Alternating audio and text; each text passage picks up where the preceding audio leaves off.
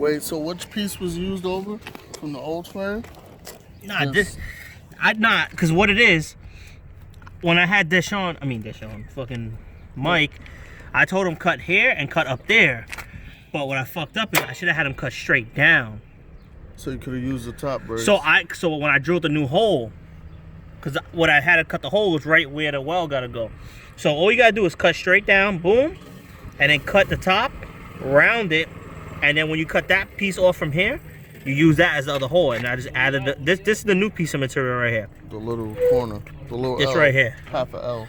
Nah, this is the old. This is old. It's just that I welded just this little piece here. Yeah, inside and then the inside you see the inside is how nice and smooth it is. You gotta make sure you're real smooth on it. Yeah, and grind down the inside. Yeah, you gotta grind the inside real good, and then right where you like see where I welded with the bolt, I had to grind it real smooth.